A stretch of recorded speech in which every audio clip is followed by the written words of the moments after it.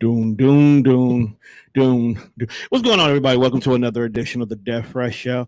It is I, Mr. Tone Deaf, and we are back in the building on a random Sunday. Pop up Sunday. pop up Pop up podcast Sunday. As we get ready to let's be honest, we just podding because we waiting on Mimi. That's it probably won't even be that long. Like I don't know, bro. We're at 6:30. Mimi probably won't make it here to 8. So we can get a good show out. Good show out today. It is I, Mr. Tone Deaf. I'm joined by my partner in crime over here with the Geek Set shirt on. Shout out to Rudy and them. Shout out to Rudy and them Geek Set down at was it C2E2 down in Chicago. And I'm kind of excited for the Geek Set documentary. I am, and then I'm not. Why not? Because I want to be in it. It was there. I doubt they're anywhere near done. Oh, okay. I feel like we gonna get a chance. I want to be in it. I just want to be in there and talk a little shit about my name. So, do you want that kind of interview where it's you sitting on a stool and you're talking about a moment and then your name come up on the side of it, or do you want to be like in the moment? Either or, I'll take it. Either or, however you get me in there. Like when I want to be in. Like when they interview Vince McMahon about a certain documentary that's being done, and they ask him some questions, or like when Triple H is doing it, like we're doing the Randy Orton DVD, and they interview Triple H, and he talks about how he told Randy to grow the fuck up. Like one of them moments. All right. But speaking of that, shout out to the Geek Set crew and everything they're doing on there. Matter of fact, shout out to all the podcasters in the city of Milwaukee. I know most of us have taken our summer breaks, and as school gets ready to start back up for a lot of people and the kids, the podcast community is definitely going to be in the full swing of things. But actually, I was supposed to go to C2E2 this weekend, but well, it cost $800 to get my car out the shop, so you're not going there and whatnot. So that threw me off, but I'm kind of glad. Because wrestling fans, we are who we are. It's been a while, couple of weeks for us, and there was a meet and greet at C2E2 this weekend where Sasha Banks and Naomi had their meet and greet. They did.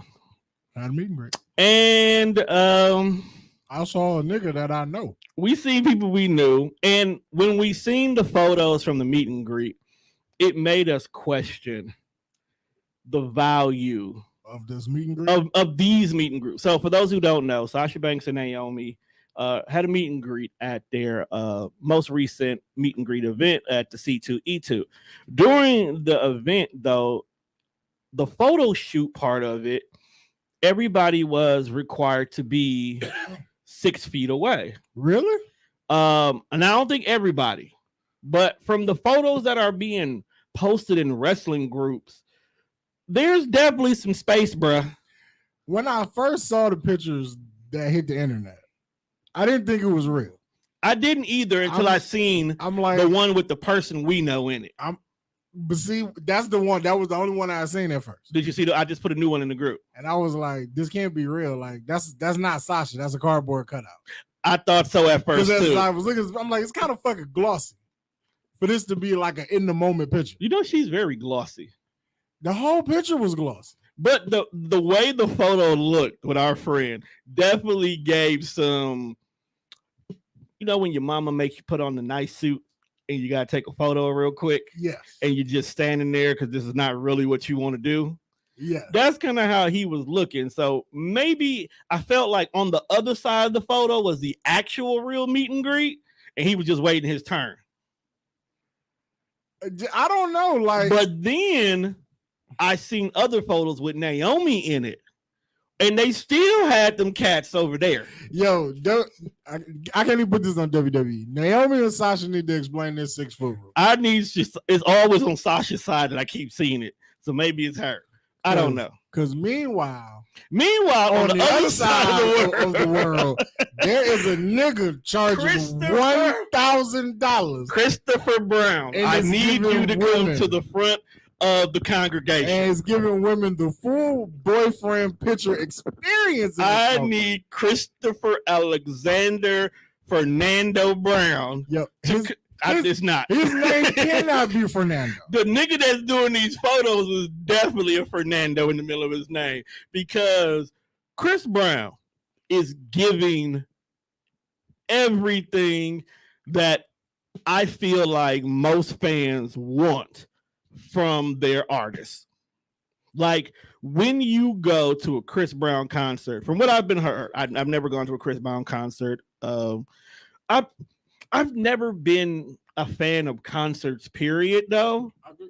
I don't know what it is. Like, maybe if it's more of an intimate setting, like if we're in like a bar and there's really only like 30 of us there, right, and then you're giving me that acoustic vibe to a lot of your songs, I can do that. I mean, but we should do wrestling shows. And sometimes them shows I'm kind of iffy with. Again, I feel you. You know what I'm saying? That's a lot of people to be people. I'm kind of iffy with, but what I've been heard from most fans of Chris Brown, it's an experience. It's definitely experience. You know what? I can't lie like that, because if I had tickets to a Michael Jackson concert, I would have went. Bro, you gonna faint. No, I'm not white. You don't know that, though. I'm not gonna be upfront. But what it is, you never met Mike, so you don't know what your reaction gonna be if you actually meet Mike. The way we think Mike really is probably what he really is, and I don't think I will wild out like some of these fans. Yeah, I feel like Mike is just a regular nigga, and that's why I feel like meeting Mike, if I would have met Mike, it wouldn't have hit me like that, like the way it was hitting them.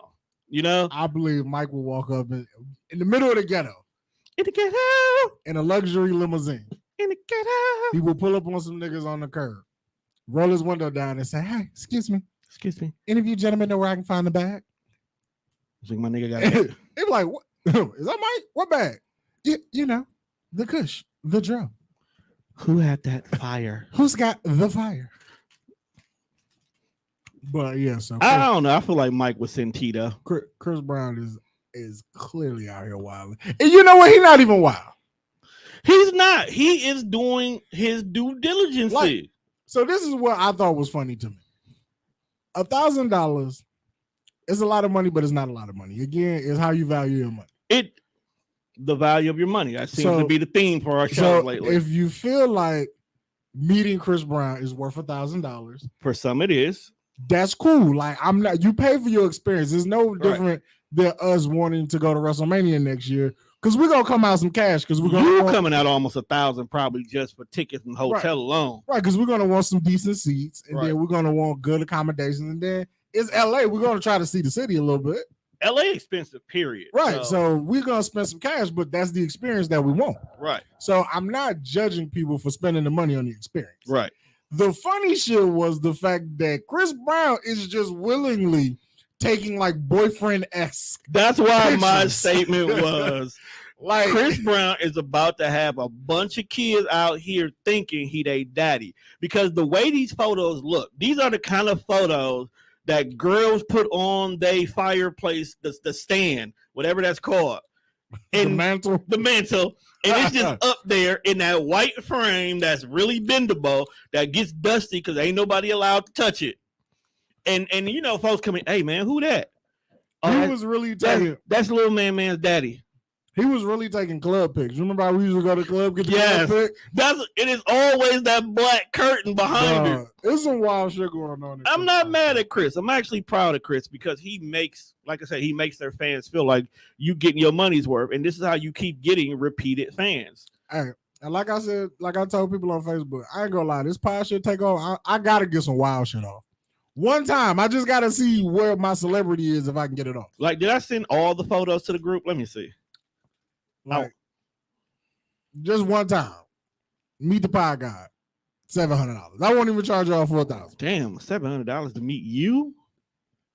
Damn, I ain't famous yet, but if I was famous, I guess that's why I had to say it like that, to meet you. Yeah, to meet the $700 is pretty fucking reasonable. I'm gonna charge that to do a pod with somebody. Like, I'm your guest. I'm your virtual guest. But I'm saying $700 may be the overall experience. But bro, you meet me, we could sit, you meet me, we have a conversation, it's a meet and greet, and we could do a pod. It may not be, what you may consider a pod, but I Maybe give you 15, 30 minutes. 30 minutes. I was gonna do 15.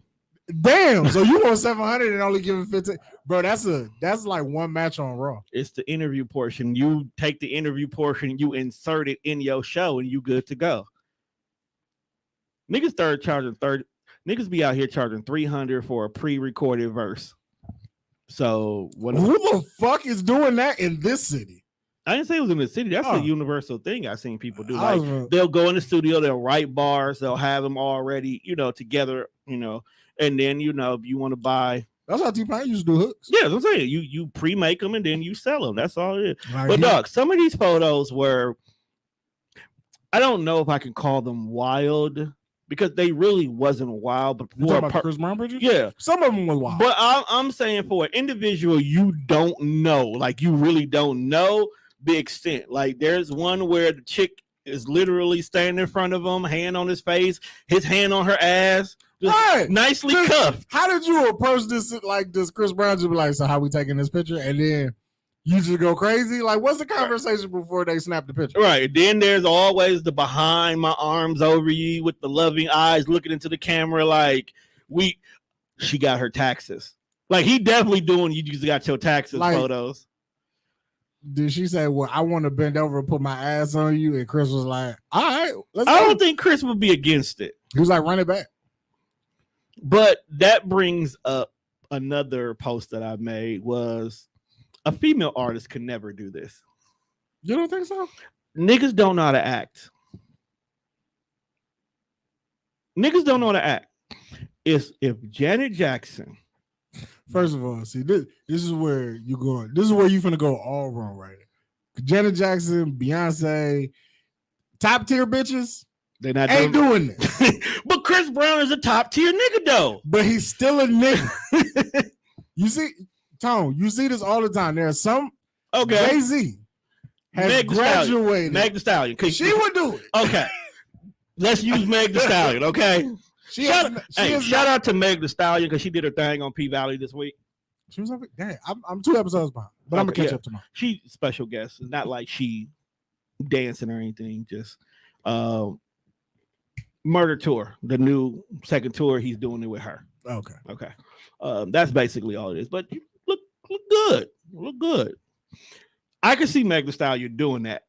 But the problem is niggas will go crazy. Niggas don't know how to act. Niggas be trying to grab her booty. And she may let you grab the booty. Let's be honest. Meg seems the kind of chick who would let you do the photos of cuffing the cheeks. But I feel like niggas don't know how to control their manhood in public. You trying to say you niggas catch a boner? Niggas is just rocked out in this photo. That's wild, Tone. Like, you can't take a picture with Meg Thee Stallion with a heart on. But niggas will. Let's be honest, bro. Niggas is wild like that. As a photographer, excuse me, sir, why's your dick hard? Can you explain to me? We can't take this picture, fam. That's where the 6 feet rule come in. That's probably why Sasha and Naomi. And that's what I'm not trying to be funny. I heard that. That's exactly what I heard. I heard Gen 1 niggas getting boners. I heard niggas was not being user friendly. That I can believe it. Like, imagine if you walk up with like his dick already out. Walking with his dick in his hand. Ooh, nice transition. Bro, he told niggas what he was on from like Jump Street, and nobody believed it. So, if you've been under a rock, or just don't listen to hip hop or cock, there's been a prolific rapper by the name of Mystical, who has definitely, put his stamp on the music industry. He was definitely intricate in the rise of the South during the takeover in the 99 and 2000. I don't care what nobody say. Cash Money was taking over, but Mystical was definitely the nigga. I want to say the opening act. Mystical predates Cash Money. He doesn't. Because Mystical was hot before he even got With No Limit. He was, but like my pops put me on Mystical before he got. But that was when he was underground. Like he was like Mind of a Mystical. You had to have known. You had to have been listening to Southern music to know who he was. My pops was also like you. He was in the army. Right, and that's how. So he probably was like stationed down south somewhere. He before had to. came up here and met. Right, yeah, he had to do at least because a lot of music that I listen to now, like he put me on that shit. Right, because he was listening to like Mystical and I'm pretty sure you know who Big Mike is. of course. Yeah, it was like he put me on like a lot of shit. I was like, I've never heard of these niggas. Oh, he was definitely. They was cold though. He was definitely in the southern bag back then. This is chop and screwed area. But apparently, Mystico on August 1st has been arrested on 5 charges, including domestic abuse and first-degree rape.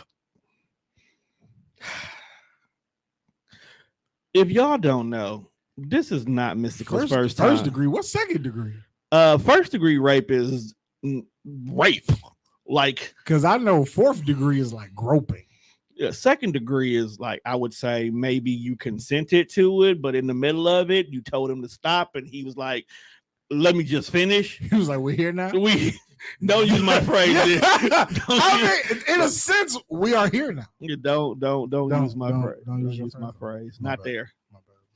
He was already in jail for 6 years for sexual battery and extortion. So this man has walked in with his dick in his hand several times. And nobody. And I think, and I'm glad you're getting ready to get there. I think is why is he not being put on blast like R. Kelly? Like R. Kelly was. Now, maybe because Kels had bitches against their will, which they all say they wasn't against their will, and they were young, but that doesn't mean that this nigga ain't out here doing foul shit either. Like, get this nigga off the street. That is very true.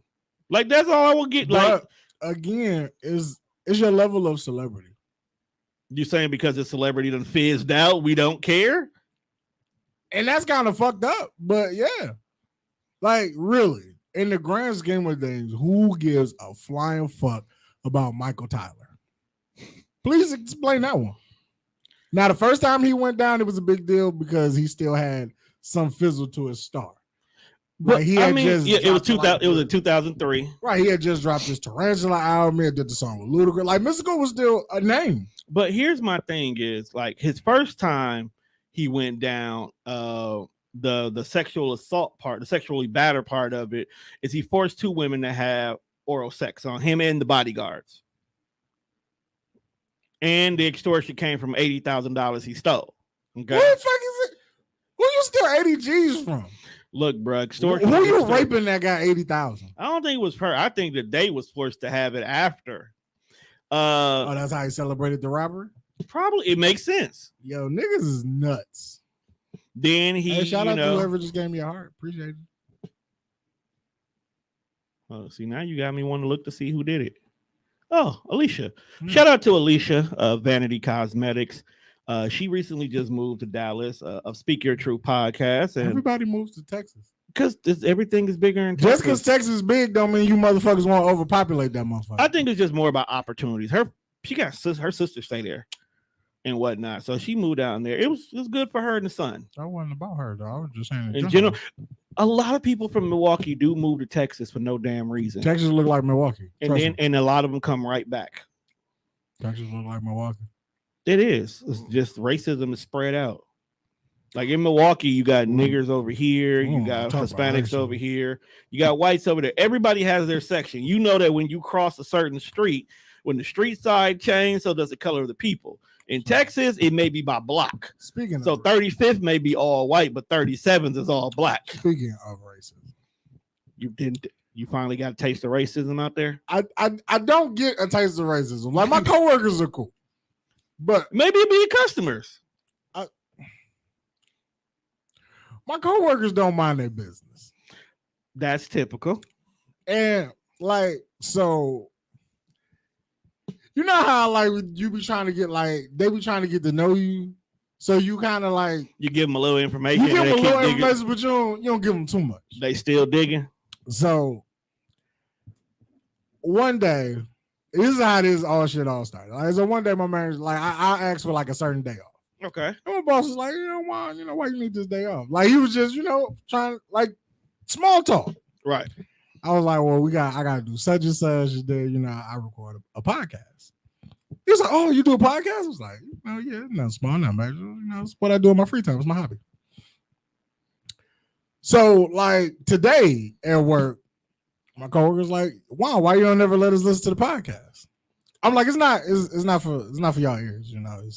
I do a lot of swearing. It's like, yeah. I don't think y'all will find this what I do entertaining. Like, I entertain who I entertain.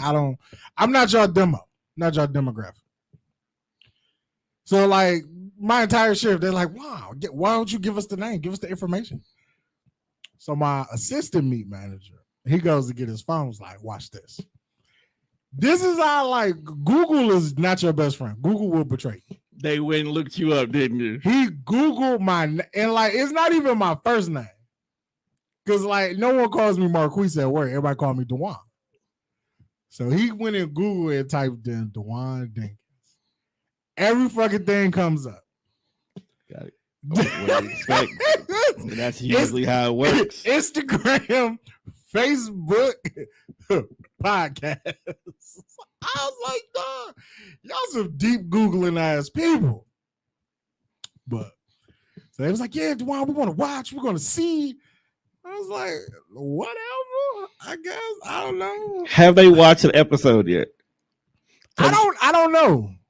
I mean, I don't speak ill of my job while I'm here. So it is not. It's you know what? It's never really the saying ill about the job. I mean that because you know most people they look into your personal shit, then they want to run back to work and tell.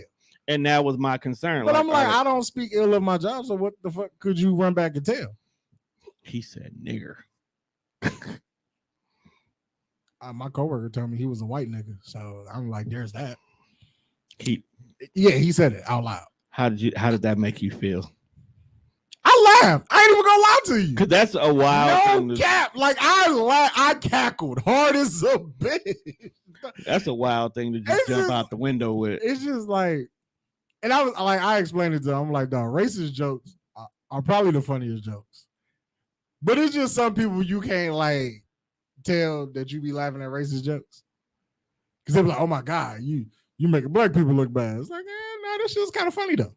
Like the piglet on a niglet, yes, or a tigger on a nigger. That's what I thought. Okay, when you said that, I lost my shit. I did when I seen those are not old jokes, right? Because the elf on the shelf is a thing, right? So when the photo came up, I'm really sitting here trying to think like, what are they trying to say? Is a pig on a pig? Oh, a piglet on a nickel? Well, damn! I just thought y'all would have just came right out and just used Tigger. See, this is where I go back to my Facebook stat when I was like, when you can hear people's voices in your head on how they will say something, like I heard you calmly and just calmly say, well, damn, I thought they would have went Tigger on a nigger. Like, it's just because I know how you talk. And you just was like you read it in passing. Like, you know what's funny? When you say it, they should have went Tigger on a nigger. And then like you scrolled up. Okay, so that's exactly what I did. Number one. Number two, with you saying it like that, I can see Bob from accounting in a meeting and someone shows it on his phone. And without thinking about the words coming out of his mouth, he says Tigger on a nigger. He says it like that. Oh, I just thought they would have went with Tigger on a nigger. And next thing you know it, the whole room stops. He in HR like a motherfucker. Like, what did I say? Like, look, I wasn't saying it about them. I was just saying that if you're gonna just go off, if you're gonna do it right. Like that's what next thing you know, you see him walking past the windows with the white box in his hand. Yeah, because he's been late. You know what else is funny that be on the internet? I don't know if you ever see it, but it's this black guy. He's on a panel full of white people. Oh, well, and he be like, I need all parts of that. He be like, y'all just go around and all this rap music saying the N-word. And then he eat some candy. He look at him. He was like, say it. He's like, no, that's not what I'm saying. He's like, no, you want to say it. Say it. He's like, no, I don't want to say it. He said, no, you want to say it. So just say it. It's the funniest shit ever. They all want to say Next it. time I come across it on TikTok, I'm going to send it to the group. Someone told me that we should not be so defensive when these words are being said because we say everybody else's offensive words with no care in the world. when they say we, do they mean black people or Black do they people. mean us in general? Like Me and Tony you, like Vaughn? we say it all. We don't discriminate when we're crossing the line. No, I'm racist on all stuff. like we're equal opportunity employees. I'm black and I'll say nigger. I'll say chink. Did you just say that your team your people listen to the podcast? Yeah. So you just gonna put it out the Like my coworker explains it to me every day. He was like, "Dewan, we're all racist to a degree."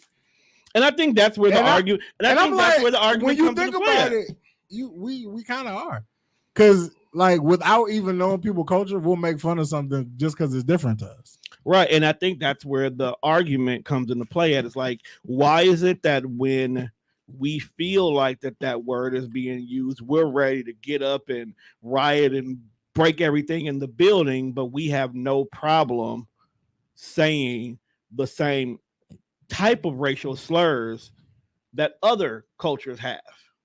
They're like, I don't understand why before black people jump out the window and kill me. Like, I don't understand why they get so upset about the word. White person said, "Oh my God, you're a nigger." Well, damn, lady, you're a cracker. Now we're even. Like, what the fuck? Saltine or graham? I mean, I'm a graham cracker. That's because I'm black. Honey or cinnamon? I think I will be more of a honey. Mm. All those cinnamon graham crackers are fire. Fire. Whoever decided to accidentally knock over some cinnamon on a graham cracker, God bless you. Because that is the greatest high snack. You like graham crackers when you're high? Nigga, I really think that's where Tori got like this graham cracker and orange juice shit from. I don't think Tori ever really gets high like that. Tori gets drunk, but not high. I don't know how he came up with the combination of graham crackers and orange juice, because he been on that shit for a while. That's his thing. I know, it's crazy. He will defend it till the day he died. Graham crackers and orange juice. That's my shit. Like, whatever, bro. What are the top 5 high snacks in your opinion, Tom? In your situation, you smoke a blunt. Like if I'm high, where you going to? Chicken wings, jalapeno poppers. It has to be the one from Burger King, though. That's descriptive as hell. I like what I like when I like it, bro. You're not wrong. Okay. I'm not eating a jalapeno popper from Burger King. Have you ever had one before? Well, first of all, it's got cheese in it, so I shouldn't even be near jalapeno popper. It's not that bad, bro. It's cream cheese, bro. I know. I just be trying to avoid taking a shit at all costs. You're supposed to shit. It regulates your body, bro.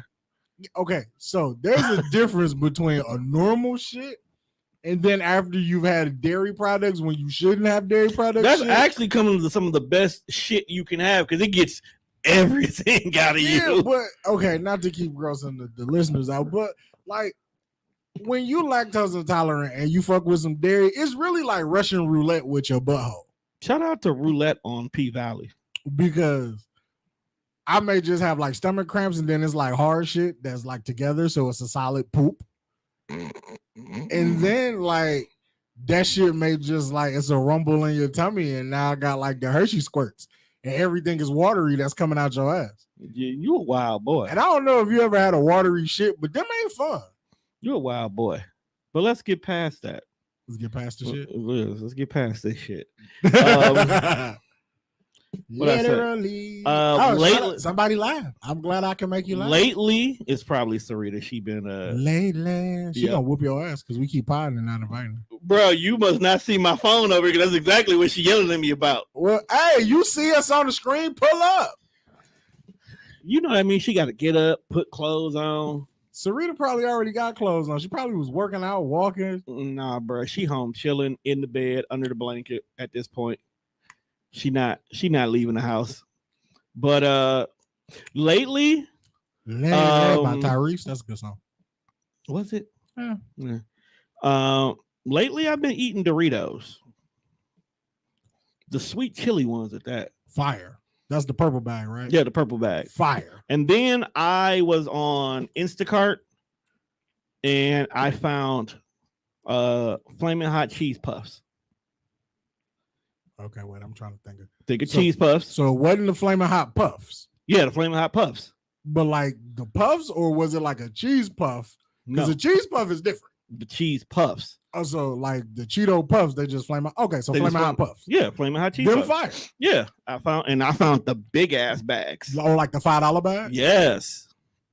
Oh, you be going crazy on Instacart, Bruh. Because my thought is, if I'm going to have you grocery shop for me, I'm going to go get shit that I cannot find at the local grocery store. That's very true. So I definitely have a high nigga order. See, she on her yoga mat watching. Oh, well, hey, you is fine. You be stretching, don't you? Shut up, dog. Right. Shut up. You know who be stretching, bro? Who? Khalees and trying to get this money. Hey, if you broke, just say that. She probably is. Okay. And there's different levels of broke. Okay. So she's not like Juan and Tone broke. No, she's not everyday people broke. But she like million. She like rich nigga broke. If that makes sense. My whole thing, like she ain't got no money, but her house still bigger than mine. Definitely bigger than yours, bro. I mean, I guess Nas still making money, and he got to pay child support. But where's he really making money from? They need to go back to court and reevaluate that, bro. When it first dropped, I did not understand why she was being awarded so much. Now I get it. Because she did I Hate You So Much right now. I had to give her some money for that. That was what, 99? Yeah, pretty much. Bro, that's 23 years ago. 22 years ago. I actually owned that album too. Why? Have you really listened to the beat Getting Along Without You? That's the name of the song? That if you're trying to take me down the Khalees rabbit hole, bro, we not going because I don't listen. I to can like take that. It's the beat. It's a Pharrell beat. You know, at one point in time, I felt like that's how Pharrell was pitching his beats. It's like, I'll sell you this beat, but you gotta get Khalees on the hook. Khalees was his Ashanti. We're gonna talk about that. Khalees was. These transitions are so smooth. Right, it's based off of what he makes and what she makes. But the thing about it is at the time, she was pregnant. So her argument in court was she missed out on tour money. So because of that, the judge awarded her this exuberant $50,000 a month. Who the fuck did she think was coming out to see a Khalees tour? If you got that small, intimate setting, some people will. Hey, for the people who are watching this and gonna watch this, I need somebody to hit me with like a fire Khalees playlist. Because I really don't feel like she got any kind of music that I would ever be interested in listening to. I don't think she really ever made music for the masses. To me, she reminds me of like how her, prime example, her has a demographic she specifically targets to. Okay, her music is always for breakup women and who's trying to get over shit. Same thing with Janae Aiko. I don't find too many rap niggas who gonna listen to her if a rap nigga is not on the beat. Okay, that's actually how I found out about Vince Staples. Who was he rapping with? He was on a Janae Aiko beat. It was one of her songs on her EP. It was a pretty fire song. A little sensitive dude on this song. I didn't know that's how you discovered Vince Staples. That's how I found Vince Staples. I think I would like Vince Staples to start a podcast. Would you listen to it? Because like when he come on and do like Joe Budden got this thing about calling Vince Staples in like the middle of his podcast. And Vince is a real insightful dude. Like I would listen to him talk versus listen to his music. Like people love Joe Budden's music, rude. But I would rather listen to his pod than to listen to this nigga rap. Because he's a pretty thoughtful dude. But that's just me. It's just, he thinks deep. It's some niggas who should not be doing podcasts, but they keep doing it. Like who? It's a lot of people today. That's because famous people needed an outlet. When you gotta think about that. When the pandemic shut niggas down from working, niggas needed to vent. And they just started podcasting. And because you're famous, a lot of companies will be like, hey, we need to advertise. Can we advertise on your pod? We'll give you this money. You know who she's a chef and she does cook. Yeah, Man, fuck them cooking. So now you have an income. So this goes back to my point. They need to reevaluate that alimony, because if you can now, you're making money, and you may be making money way more than what you were making at the time, why should you still be getting the amount you're getting? Right, because alimony is supposed to supplement the change in your lifestyle. You have then changed your lifestyle again, so you should not still be getting the same amount. That's very true. Okay?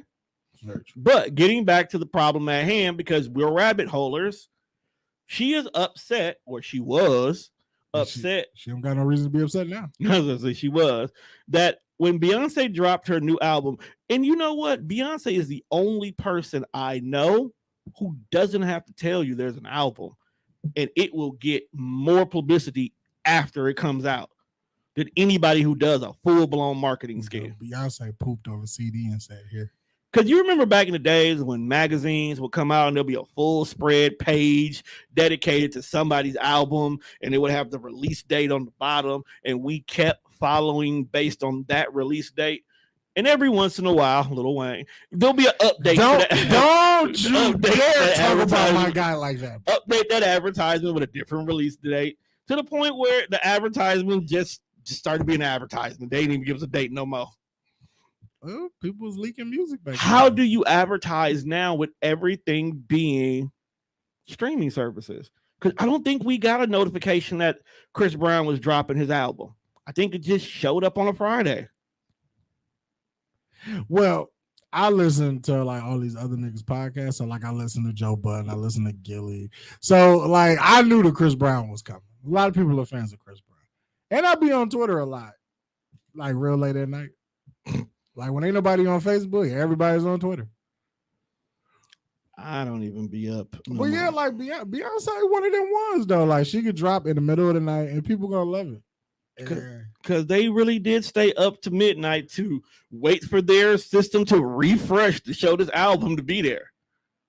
I just want to know why she don't like this invisible unicorn. Like, what type of shit is this? You talking about the music, this album? Have you listened to this album? A little bit of it. What you think of it? I wasn't a fan. Is it because it's not your bag, or did she really just jump out the window? I generally fuck with Beyonce music. It was just, this was different. Like this type of music is not what I like. You wasn't ready. Like I don't hate Drake, but the type of music that he put out, I wasn't fucking with it. It was like Island Boy love. I've never been a fan of like EDM, house music, like all that shit. Yeah, I'm not a fan of that. You need more white friends. No, the fuck I don't. The white folks would definitely get you. I got enough coworkers. So I'm caught. All they do is, man, I got this one coworker. He's just like, dog, I would love to hang out with you. I was like, why? Why? He's like, dog, you just seem like such a cool dude. Like he walked up to me, he was like, yo, what up, bro? I was like, fam, don't talk to me like that. He wants black friends. He was like, talk to you like what? I was like, see, you feel like this is just you. Which it might be, but I just met you a year ago, so all this shit feel like you pandering because I'm black. Like he wants. Don't talk to me like he uses you in the conversation. He definitely says, "I have black friends." No, he don't. But I guarantee you, he says that, and you're the first name he. I really don't want to be that one guy that's like, when the nigga say, "Oh yeah, I got black friends," and he be like, "Who?" Then he be like, "Dewan." Okay, getting back to the Mystical situation real quick. This nigga is 51 years old raping people. He still got strength, I suppose. I don't know. I'm mad that he's 51 years old raping. I'm 34 and I ain't even down to fight a nigga. Like he's rapey. You know, like when you tell everybody you come in with your dick in your hand, I guess. He told you I came in with my dick in my hand. And y'all thought, don't make me leave here with my foot in your ass. Be cool. So basically, what he's saying is, don't worry about how I'm flipping it, because when I'm ripping and I'm tripping, this is just what I do. He told you, don't worry about whatever I'm doing, because this is just what I do. He told you niggas he was gonna rape y'all. Oh my! Y'all didn't listen. He came saying he was on bullshit. Definitely came in with the intentions. Did you not hear the lyrics in Danger? He told you niggas y'all was in danger. He screamed, danger, get on the floor. The nigga right here. Why did we not see the signs? We did. We just ignored it like we did with R. Kelly. We did. Well, now both of them niggas But getting back to the the story, because that just threw me off. So apparently, you happen to remember the name of the track that they sampled for Khalees? No, I don't. Okay, hold on. Let me see if I can get a little bit more detail because it's been everywhere. All I know is it ain't there no more. Oh. How would you feel if somebody sampled you? I would feel honored. So on Beyonce's new song "Energy," which was on the album, she sampled "Milkshake." She did? Yeah, she sampled from "Milkshake." Now, the whole controversy, for those who don't know, is Khalees is very upset that she was not paid and credited in regards to this. Now, I went back and did a little research. This is not the first time Khalees has kind of been undercutted on some stuff. Her first two albums, which is the Kaleidoscope one, and then the one that Milkshake was actually on. La la la la. A lot of turn it up. A lot of tracks that Chad and Pharrell got credit for. She was promised by Virgin Records that they would get she would get credit too, and she got removed from credits in regards to it. So Milkshake actually is one of those songs where she was supposed to get co-writing credits or co-credit in regards to the song, and she got removed. So being the fact that Pharrell does have that partnership with the Carters, as we can see on the Carter album, he damn near wrote some of Beyonce's lyrics. You can listen to even how she spit it. Hell, you didn't even know Pharrell was on one of them songs, because that's how much of his cadence Beyonce used. This sample we're not against, we knew it was gonna happen. Pharrell probably said, yeah, you can go ahead and sample that. Let's mix it down. Pharrell probably the one who did the beat for Energy.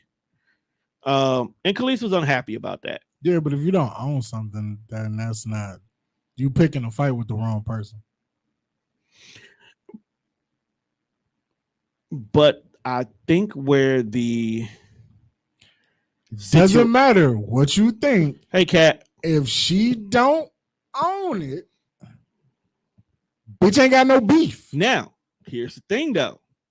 Beyonce did give her credit on the album on Energy as one of the co-creators. So she retroly gave you credit on something that your own record label didn't give you credit on. Right. But you are blown because of the level of disrespect and utter ignorancy of all three parties involved. So instead of you just, oh shit, okay, you turn around and you get mad at the person who did it. Like, I don't have to pick up the phone to get permission to use a song that you don't fucking own. You know what I'm saying? Like, no, bitches be wild. This is people, period. Like, if I like a song by Bill Withers, right, and I want to sample Bill Withers, but Bill Withers don't own this song, and I go and I find out, I talk to the record label. Right. The record label says, oh yeah, we own the masters, we got full rights, you can go ahead and sample this. And I go ahead and I put Grandma Hand in my song and I flip it and I turn it into a club booty shaker and everybody go dumb crazy. I ain't got to give his family shit. Gotta do nothing. I don't have to give y'all shit. If I give y'all anything, it's because out of my respect for Bill. You know what I just found out, and it's still on topic of the world of music. So, Dan, what is the song? Wasn't Bruno Mars? Which one? The song "Don't Believe Me, Just Watch." What's the name of that song? Don't Believe Me, Just Watch. 24 Karat Magic. Is it? Is it? No, that's not the name of it. 24 Karat Magic, something different. You should. But there's so now you got me looking at Bruno Mars. Yeah, you gotta look it up. But here's the dope thing. So, because Bruno Mars says "Don't Believe Me, Just Watch," he gave Trinidad James a writer's credit on that song because Trinidad James did the song to All Go Everything, and he says "Don't believe me, just watch." So Bruno Mars gave him a writing credit on that song. So like every time that song gets played or gets spun or get placed somewhere, folks get a check. Now that's fire, right? But he didn't have. He probably didn't have to. He didn't have to. Right. As far as a writer credit, he didn't have to because it's not like he sampled his voice. He sang "Don't Believe Me, Just Watch." But you know what's crazy? I'm glad you brought that up because that takes me back to Lizzo. Lizzo had a case where on her first album there is a song. I think it's the chorus of the song. She wrote it. It's hers. But somewhere in it was a meme. It was a meme. Right. It was so the person who wrote the meme sued Lizzo. I don't know how that case. And I was like, how she didn't win. Lizzo didn't win? No, the girl didn't win. Because they was like, it's words out there. I think that's why NFTs exist now. Because it allows you to get credit for a meme. The world is just so petty. But because I feel like you if a motherfucker discovered a song by Fresh, it was like, hey, that bar was slick, I'ma sample it. Who's to say anything? Like, that's the case. If that's the case, then Jay-Z definitely needs to be suing half the industry. Because somebody's always borrowing bars from him. That's a fact. You know what I'm saying? Kales definitely can sue. He should sue. He should sue everybody because he ain't got no money. Somebody got to put money on his books. I won't say. Number one thing, if I learned anything from when Surviving R. Kelly came out, Kales got money all over the place. Because when that woman, when he first got arrested, showed up with exact amount that was needed to get him out of jail, we don't know who she is, what her relationship is. She just felt in the kindness of her heart to help out her favorite singer, and she bailed him out. Didn't they say she was like a fan? Yes. Nigga, she wasn't a fan. She is somebody who was given a job. And when the phone call came through on the blue phone in the back room, you take the money to the undisclosed location. We're going to find out that this R. Kelly shit runs deeper. No, the deeper, darker criminal link? It's definitely a criminal organization behind it. And Kales was just the front man. He wasn't even the front man. He was the fall guy. Oh, that's crazy. They would bringing the chicks in through his house and shuffling them out on boats out the back. You think it's a good connection with the Russian mob? Man, it could be running deeper than that. The cartel? Could be the triads. I don't know. Where you get Asians from? Why don't we assume them? Why do we not assume that they don't do colonial shit? We definitely never assume it's Asians. Boom. And that's probably why they've been getting away with it. Because nobody thinks it's the little shifty ass Asians. How many times do I run around and say I move weight across state lines? Publicly, I say it. You better stop that. Somebody gonna believe you and look into that shit. They not gonna find nothing. Or you're not gonna find them. One to two. That's all I gotta say. My nigga out here threatening to commit mass murder. I didn't say nothing. I just said they either gonna find nothing or you're not gonna find them. Speaking of rabbit holes, YouTube is a very dangerous rabbit hole. It's literally its job is to be a rabbit hole. You ever notice that? That YouTube algorithm is to be a rabbit hole. Because I think I watched Wrestle Talk. And then next thing you know it, I found Wrestle with Andy. And now I'm doing a year in review of the 90s every single year for about an hour and a half each. Yo, I watch Wrestle with Andy. And he just give like these little gems about people's careers. I like it. Just rabbit holes. He just posted a new one. What'd he post? The giant ones? I watched that one. He got one is the career of Mabel. I'm not watching that. I am. There's another one. I like to get stoned and watch this. I gotta find it. Maybe it is Andy, but I think it's somebody else. He does first and last matches of people. Okay. So he'll do their first match, he'll talk about their career, and then he'll highlight their last match of wrestling. And like, were they impactful during these between the two? Well, I hope Ric Flair don't have another match ever. Back to your rabbit hole. Yeah, so because you were saying we never suspect the Asians. You never suspect the Spanish. I stumbled upon this rabbit hole of like gang violence. What? How do we? So is this dude on YouTube? His handle is called Swamp Stories. That just sounds. And he be telling like bell to bell. That's what it's called. And he be telling like stories about niggas in these neighborhoods that I didn't know it was so much gangbanging going on in like Sacramento. Dog, it be places you least expect. Bro, do you know how real it is in Fresno, California? You must haven't watched what was that, Gangland? Like, dog. Bro, they banging in Alaska. He ain't did a video on Alaska yet. But you gotta watch either it's Gangland or it's the other one. But yeah, dog, they banging in.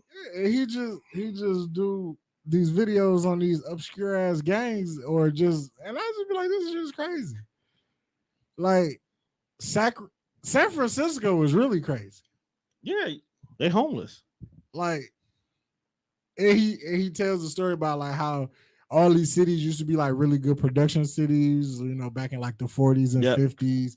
And then as we grew, like gang culture came in and like all these impoverished neighborhoods. It's funny, but it's insightful as hell. So between watching gang violence and sneakers on YouTube, you gotta chill. Oh, that's all I watch, bro. Like, cause sneaker stories be so interesting. Oh, the latest bell to bell is Sasha Banks, her first match and her last match. Yeah, like sneaker culture is very interesting. Like for my sneakerheads who may watch this, plug your page. Oh, make sure y'all follow Kickboxing on Instagram. We're gonna put it in the comments somewhere so y'all can get the proper handle because I ain't finna spell that shit out for you. That's crazy. So, are you familiar with the Foamposite? Yes, I hate the shoe with a passion. So, you do know the Foamposite was made famous by one Anthony Hardaway. So I heard. But if I was to tell you that this shoe was not designed for him, would you believe me? I would, because I had the first two pairs of pennies. The Foamposite was originally designed for Scottie Pippen. Second terrible fact. Shout out to Geek Set for this. Did you know Scottie Pippen had a video game? I saw the clip. That shit had me blue. Shit was so trash. I was like, this shit had to still be in like development stage. Like, ain't no way they put this out. No, it was on the Sega CD. Sega CD was terrible. That's because they were trying something different. Like, I remember back then they were trying a lot of real video motions to simulate in-game gameplay. So they were literally taking movies and building a game on top of the movie. So you were supposed to be so they were ahead of the time, but didn't know how to capitalize. They didn't know how. They were innovative and creative, but couldn't make this resonate on the long term. I feel like if they was to go back and retry that shit now, it might work. Virtually, in the virtual world, maybe. I think they were trying that. Right. It might work. So yeah, all these sneaker stories are just amazing. I was like, damn. So this shoe that we love and praise Penny Hardaway for, shit wasn't even for him. It'd be like that sometimes. Like he came to a Nike meeting and they was pitching him a shoe, and he happened to see that design and was like, "Hey, yo, what's that? I like that." It go like that. On the same rabbit hole, I was just watching. It's a 30 for 30 about the USA women basketball team. I was just on a Facebook post because they said we're talking about women's basketball, but we'll get to that. I kind of want to save that because that's one of the episodes Sarita wants to be a part of. What, women's basketball? Well, just the Britney situation, women basketball. We don't got to talk about her. Okay. We can talk about how they don't give a fuck about the WNBA. That's also going to play into that as well, too, but we're going to end the show with that. And it was just looking back and seeing people like Lisa Leslie and Cheryl Swoops and Rebecca Lobo, and like how even back then we cared, but we didn't care about women basketball, because between like 92 and like 96, the women was on a terrible losing streak. Yes. Like a really bad losing streak. Like Lisa Leslie said, like the Olympics during that time, they ended up getting the bronze medal. She was like, I don't even know where the hell it is. She lost her bronze medal and don't give a care about it. It was bronze. Look, fam. Probably threw that shit in a moving box and moved on. Look, fam. She might not care about a bronze medal, but if me and you made it to the Olympics and we got bronze, I'm going to give a fuck. First of all, we probably wasn't even supposed to be there. which is why I give a fuck I got it to bronze. Okay. So for us to win anything. So that means that only 2 people were better than me this day. Yeah, I'm good. I'm okay with that. I like those odds. That's still a C+. Fact. Okay. Still a C+. I passed. But it was really interesting just looking back, like seeing them in the athletic years and seeing them now. Like Cheryl Swoops looks nothing like she used to. She looked like somebody big mama right now. But seeing that episode, it showed the part where her and Jordan hooped. Because, you know, they were saying like she was like the female Jordan. They were showing clips from the UConn Tennessee Final Four game when she dropped 50, which is unfucking heard of in NCAA. I made a post and I asked the people, I said, who? Everybody knows that Michael Jordan is the GOAT of the NBA. Who's the GOAT of the WNBA? And then it's like you have your LeBrons, you have your Kobe's, you know. You got all these players around, you know, who are chasing this greatness of being Michael Jordan. Who is that for the WNBA? I got a lot of positive feedback. A lot of people said Cheryl Swoops. It was definitely Cheryl. Cynthia Cooper, you know, Lisa Leslie, Rebecca Lobos. I'm like, I just feel like the WNBA don't get enough love. And it's some chicks over there who can ball better than the dudes. I have always said it's the value that they bring to the overall scheme of entertainment. Yeah, because they don't dunk, they don't do all that. It's not even that. It's like, sadly, when it comes to the entertainment aspect, women are more to look at. Okay, right. You need to be pretty and present. You can't be a real athlete and still be pretty. Number one. This is why I said, you can be cute, but you can't be glamorous. I don't know if this is going to happen in our lifetime. It probably won't. But what we need a female athlete like LeBron James. We probably have, believe it or not, we probably have had it, but because of the desire to watch women athletes, then we haven't had it. We don't care about. And as much as women, or not even gonna say women, feminists, because a man and a woman can be a feminist. Feminists scream about equality to the WNBA. When was the last time you bought season tickets? Well, we don't got no team here. No, not even just us. The places where they do have teams. Yeah, for everybody who is sitting here arguing up and down about we need to treat women's basketball the same as men's basketball. Where is the revenue that is being brought into the women's basketball to make us feel like they be equal? LeBron, I hate that they did this. LeBron James may get $168 million for a max contract, right? Yes. Okay, I don't even know exactly what he gets, but let's say he does. The team that LeBron James is on for that 5-year max contract, he's guaranteed to bring him $1 billion. Right. Guaranteed to bring him $1 billion, whether it's in shoe sales, t-shirt sales, ad revenue, simply tickets, period. He's going to make that money back in tenfold. So most businesses will bank on LeBron because their return on investment is always guaranteed to be good because people support collectively the NBA. People do not collectively support the WNBA. If I'm not mistaken, at this current moment in time, the WNBA is actually losing money. That's why a lot of teams have bowed out. Places where people did have a team where the team is no longer there or the team moved to somewhere else, these places were losing money, meaning that the support is not there.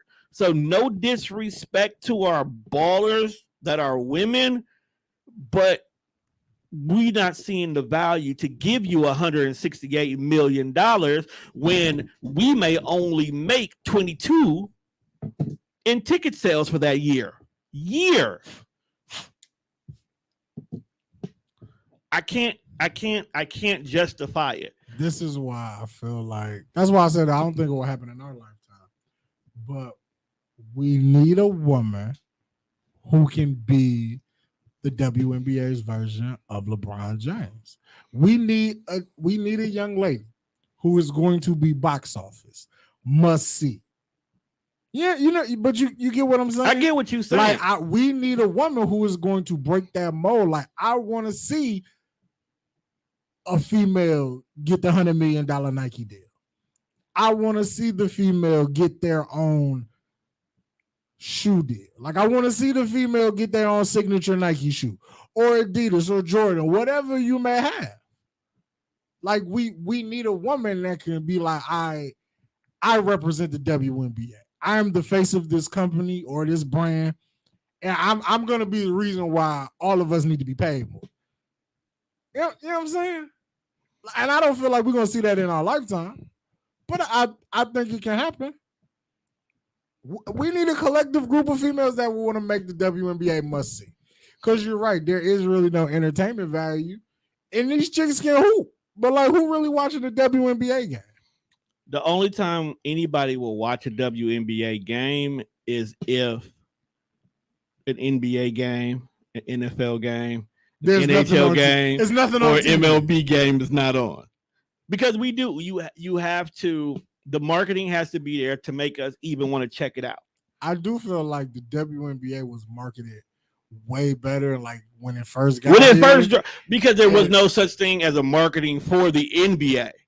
Like, you got to think about the NBA came out during a time when like 97% of the games were not even in real arenas. Niggas was hooping in your local high school gym.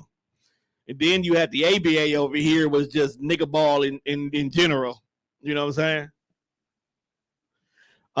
It's probably Sarita because she's definitely the one community. We've had them already, skill-wise. It's not up to us to why they don't get paid enough. The fact that women are never respected in the male-dominant industry. If LeBron and others demand they increase in the WNBA, watch it.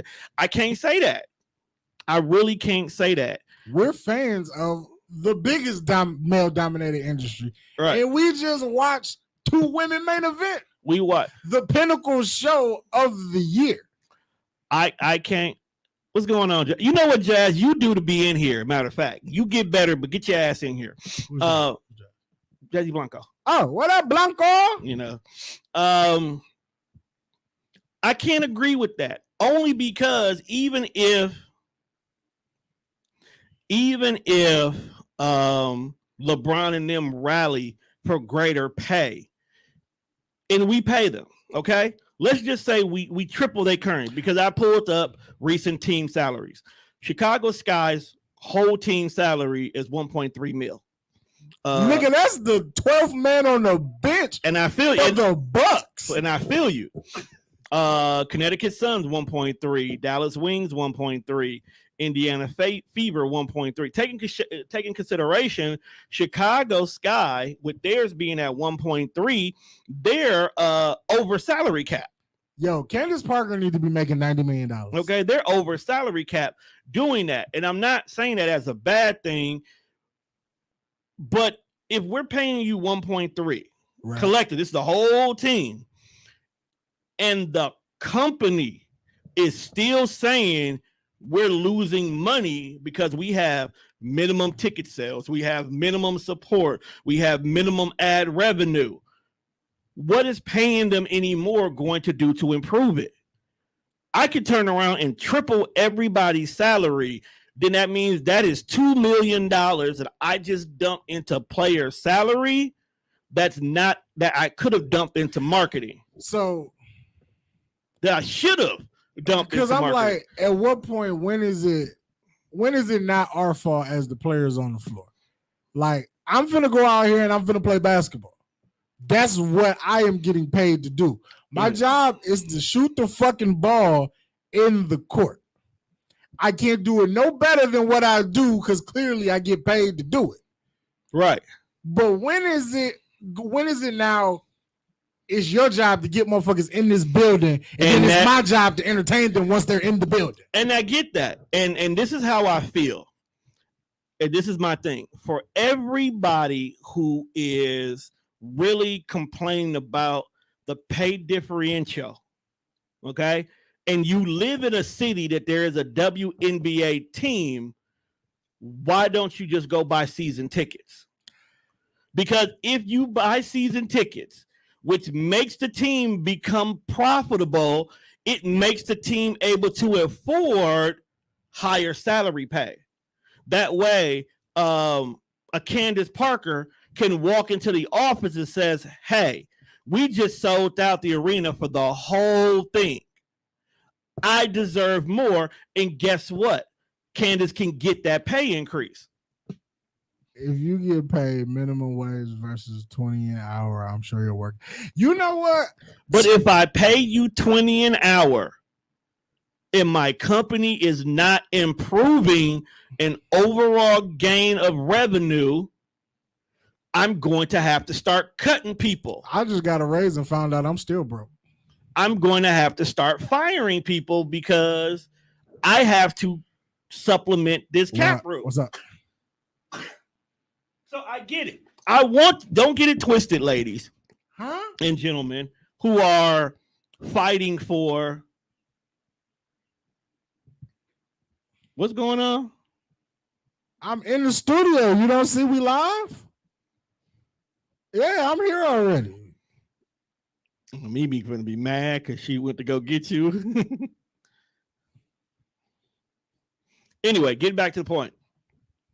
Yes, and I agree. The WNBA was marketed way better in the 90s and early 20s because 97% of my memories about a WNBA game was during the time when it was on the back of the women's U.S. basketball team making their triumph return to the gold.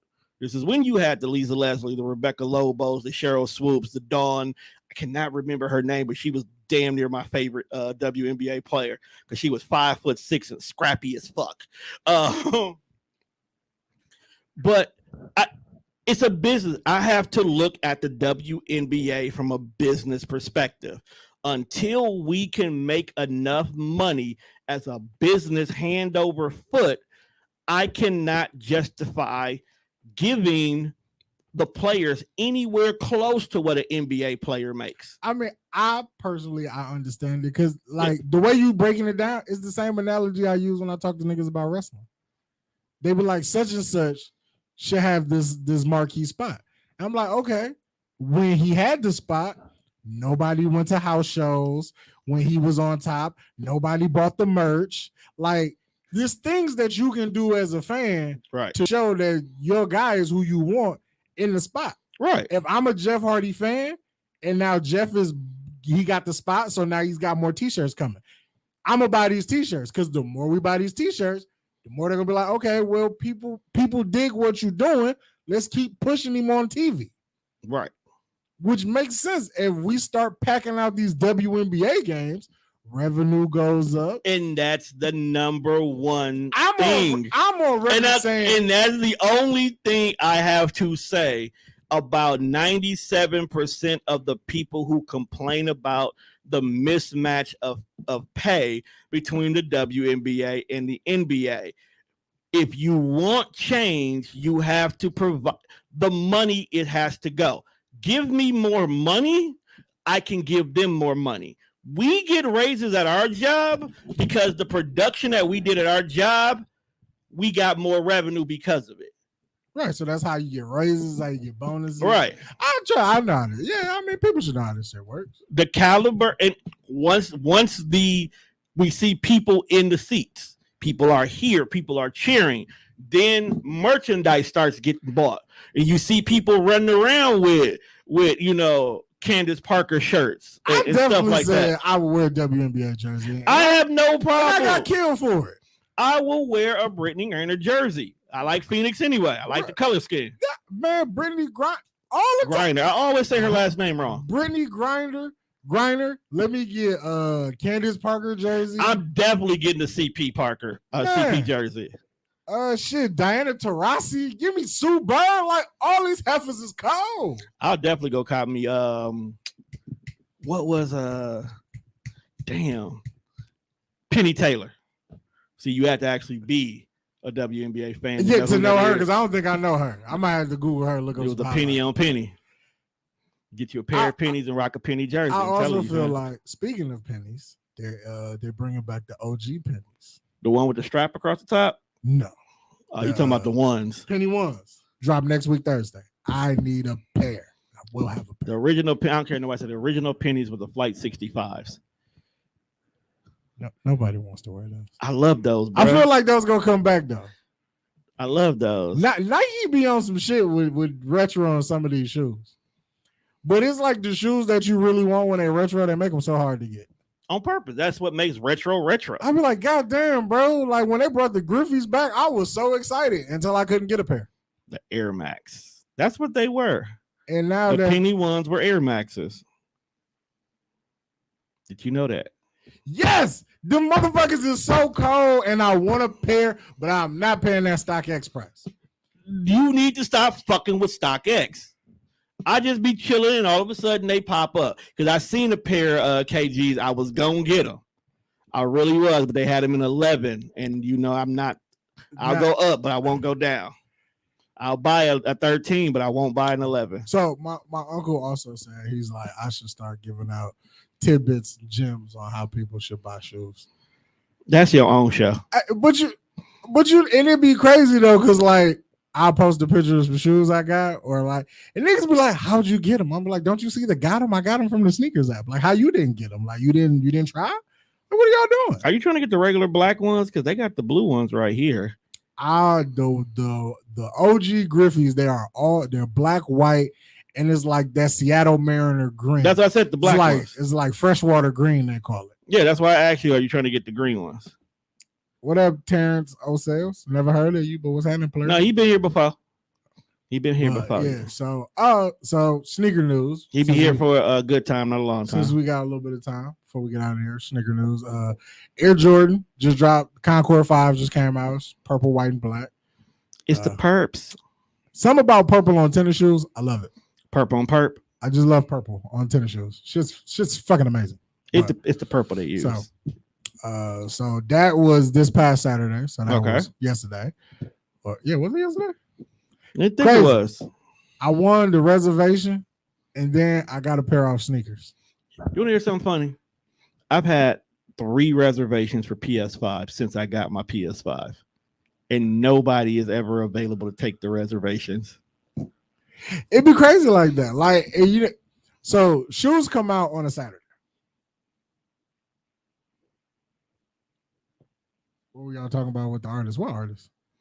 Oh, they missed the other early conversation. We were talking about Mystical needs to keep his hand to himself. We talked about the fact that Khalees, honestly, she ran her mouth and now ain't no milkshake coming out her yard. Oh my.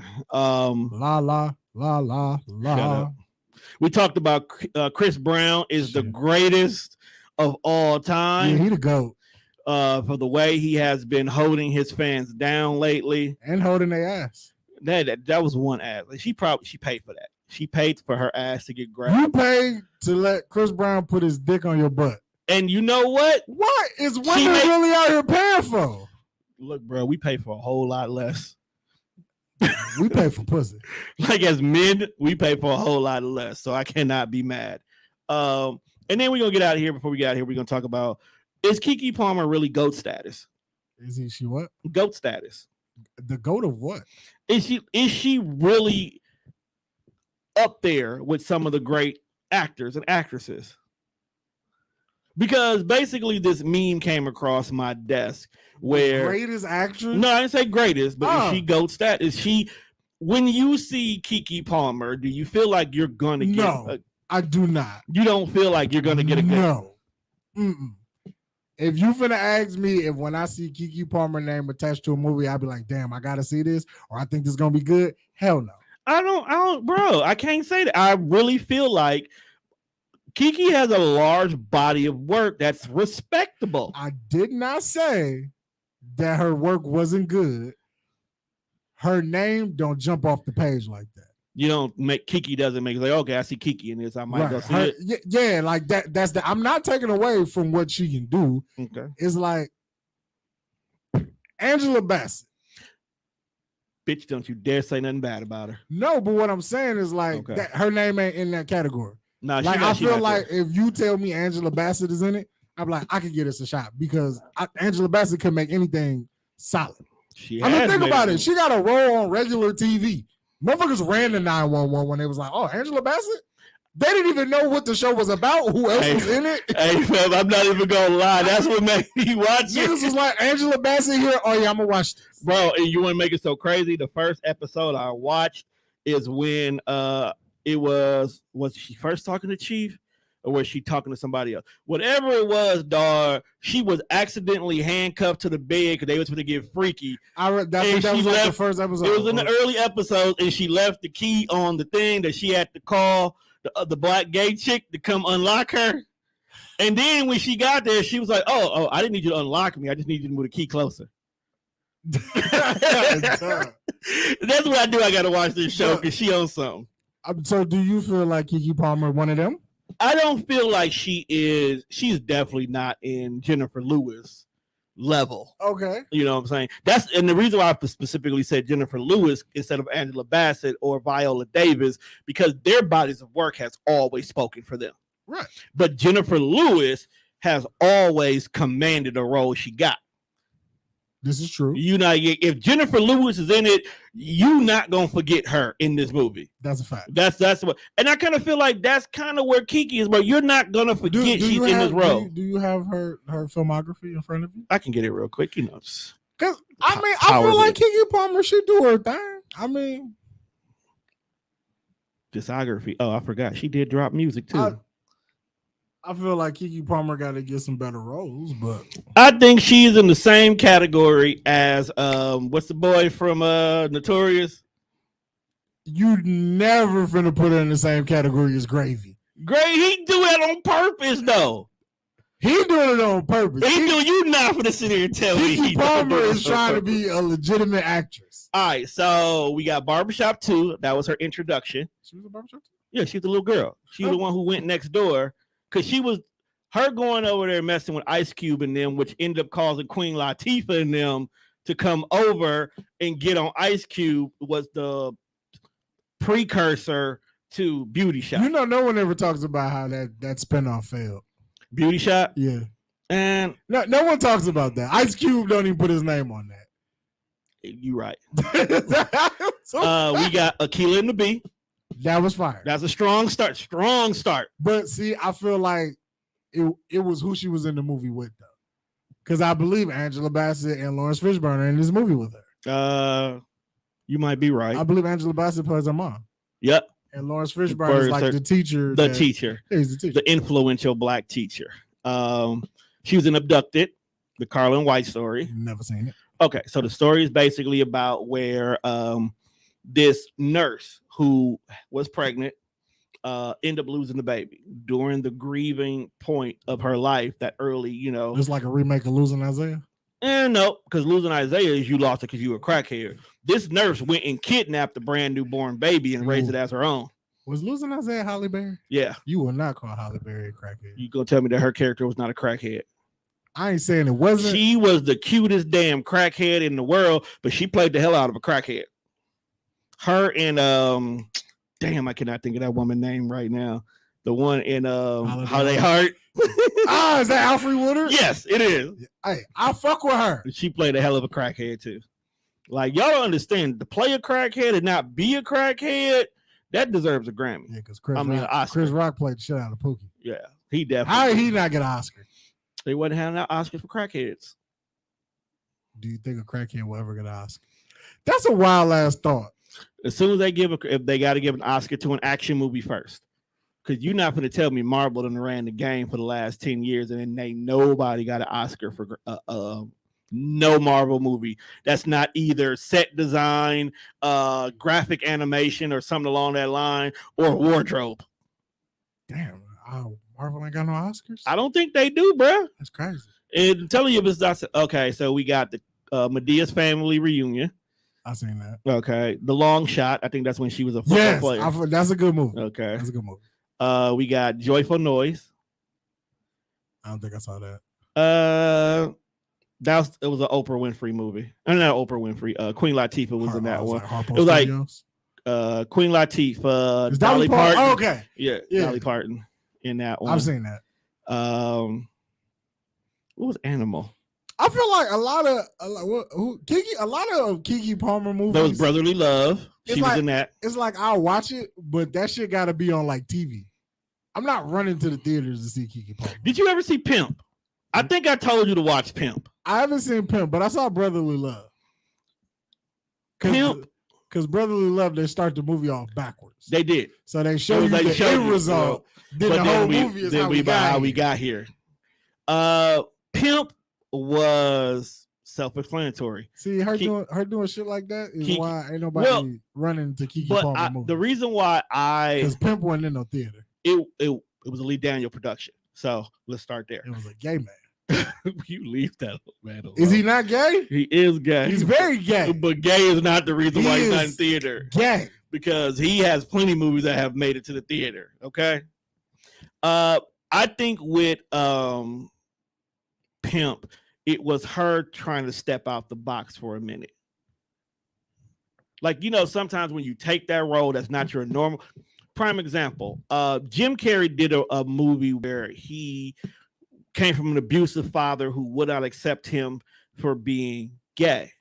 And this is outside the normal comedic Jim Carrey we get all the time. At the time he did it, I think they were still doing In Living Color. So a lot of people have never known he did this. Yeah, because I'm like, the only role I've ever known Jim Carrey to like step outside the box and not be funny, even though I think dude was funny, was when he was Andy Kaufman. Yeah, and because Andy Kaufman was still funny. Right. So but it wasn't over the top. Right. It was the first time I really seen Jim Carrey be serious. She was also in Hustlers. Is that the movie with Cardi B? Yeah. Yeah, I didn't see that.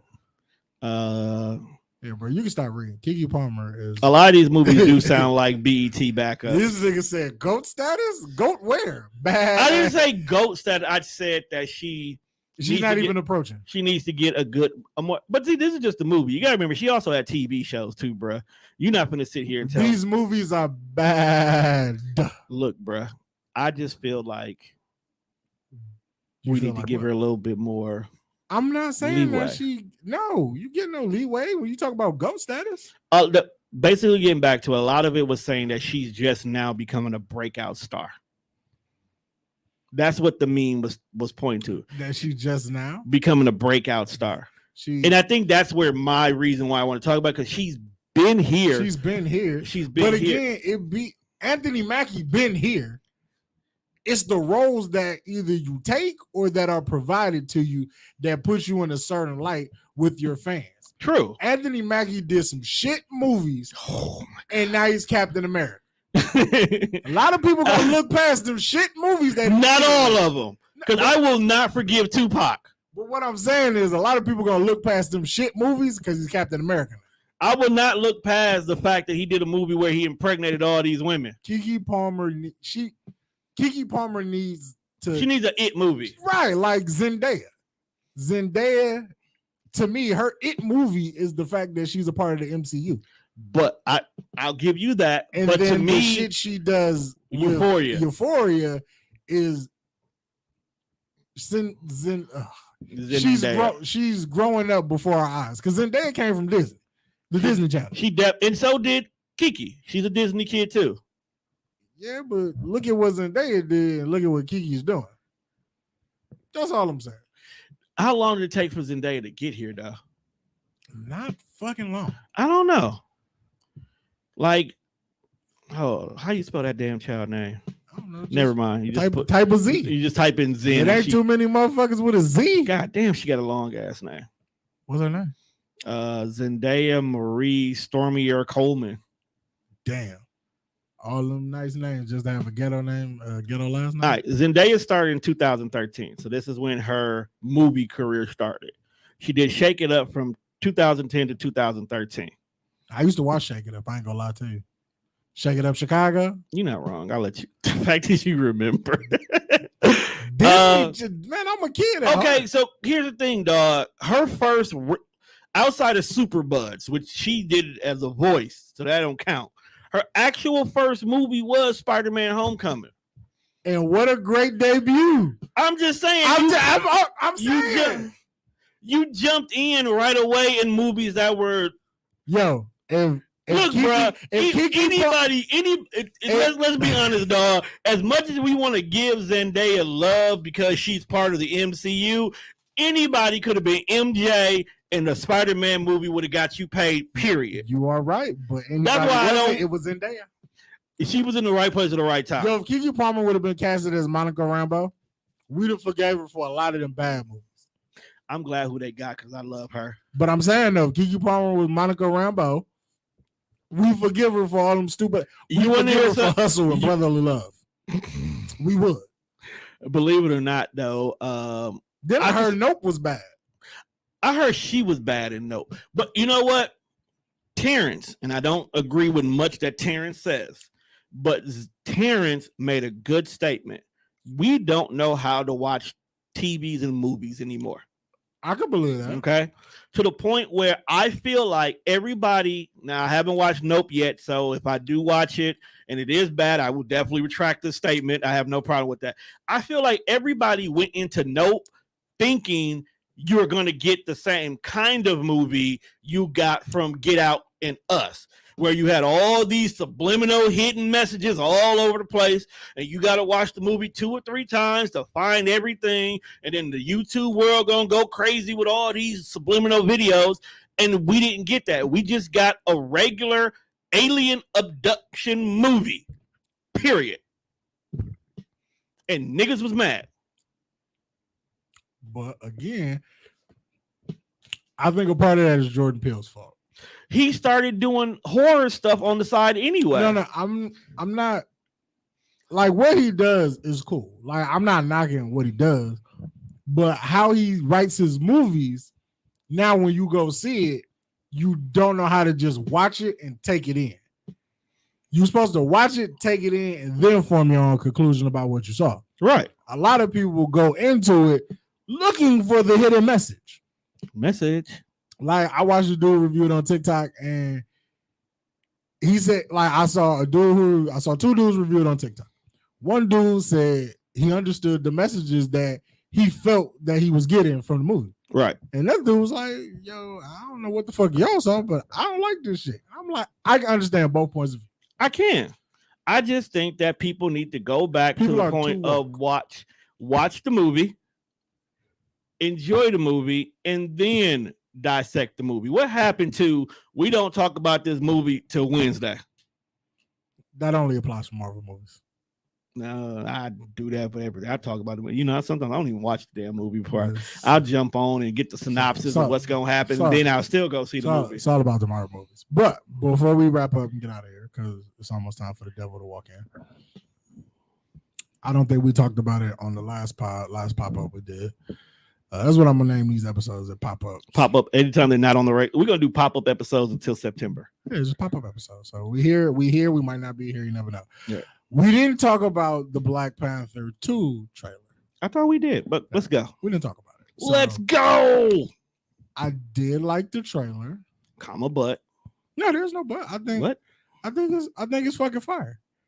And you like I know are you okay with the fact that someone else is gonna be Black Panther? That there is no T'Challa. Yes.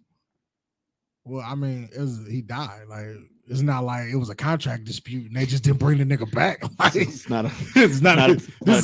a life dispute. It's not a Terrence Howard situation. Right. No. You didn't ask for too much money, and we was like, nah, fuck you. Yo, so before we go any deep, now that we got this multiverse, okay, anything is possible. No, it's not.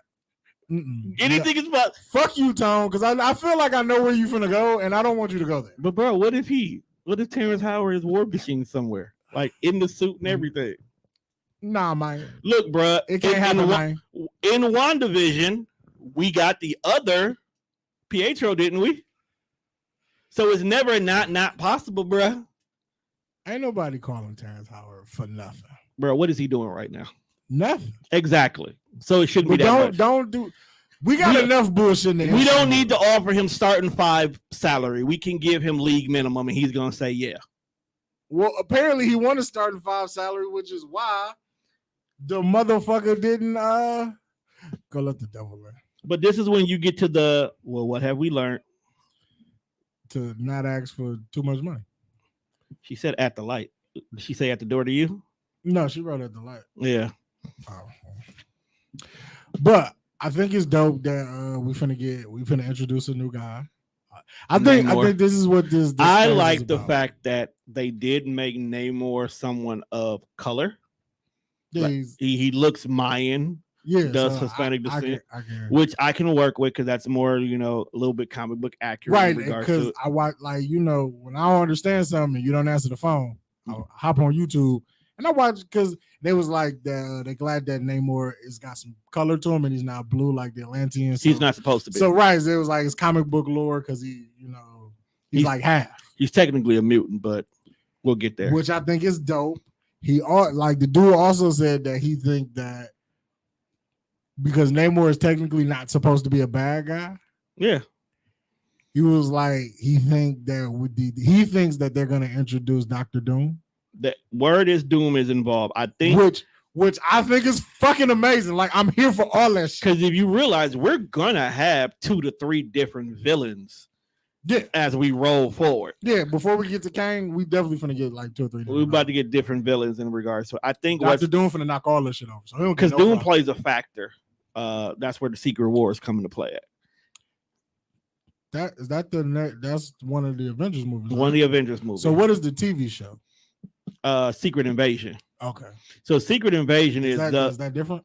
Secret Invasion is where all the scrolls are popping up from. So if you watch, you know, the Captain Marvel movie, right, the Green People and how they've been pretending to be everybody else. Right, because that's where Fury at right now. Yeah, that's that story. Scrolls. So technically that's that story. So that's the invasion. And that's how they're going to play their way of saying certain heroes who are heroes are not really heroes, but they've been scrolls all along. And it's his own story. But Secret Wars, comic book wise, is a story where all the universes were collapsing, multiverses were collapsing on each other, and Doom figured out a way to bring a lot of them together, and then he created a Earth that encompassed all of them. So you can do what you need to do to wrap it up while I go get her. All right, so I'd like to thank everybody for coming out to what is now will be known as the Pop-Up Pod, Death Fresh Pop-Up. We might be here, we might be there, we might be a little bit everywhere. So make sure y'all follow, subscribe on YouTube, the Death Fresh Show podcast. Make sure y'all hit the like button, drop a comment, let me know y'all in the motherfucking building. What else we got? Make sure y'all follow me on IG at Kickboxing. That's KIX_BOX_ the letter N. Submit y'all picks, showcase y'all heat, get featured on the page. What else? Sneaker news. Next week, Thursday, there is a pair of Air Jordan Citrus. I believe the Citrus 7s, they drop Saturday, and then the Penny Hardaways drop that Thursday. So make sure y'all get y'all Foot Locker reservations in, y'all Champ reservations in. Make sure y'all get notified on the Sneakers app. Gotta have multiple phones, man. And if you can't pull some people in, the more people doing these things, it's easier to beat these motherfucking bots out here. So always have a game plan. If you want more sneaker info, holla at your boy. Really thinking about starting a podcast. I'm really gonna start like a vision board because I got a lot of ideas that I really want to get out of my fucking head, and I really need to put them out and see how they pan out to see if I really like them. Because everything in your fucking head you seem to like until you do that shit. You be like, nah, this ain't it, boss. So we got a lot of shit coming for y'all in the coming months. Because it's not staying on top of the game, but it's good to refresh and always be ahead of some shit. And I think that's what we do here at the Death Fresh Show. We just stay ahead of the curve. Hey, y'all. All right, so as you can see, this heifer's here. With drinks and all types of shit. What's going on here? So let's go ahead and get out here. Make sure you check us out on all streaming platforms. That's Spreaker, Spotify, iHeartRadio, or wherever else you find your podcasts at. This will be out on Thursday. With that being said, we getting the fuck out of here because I just lost my breath running up down the stairs. Peace.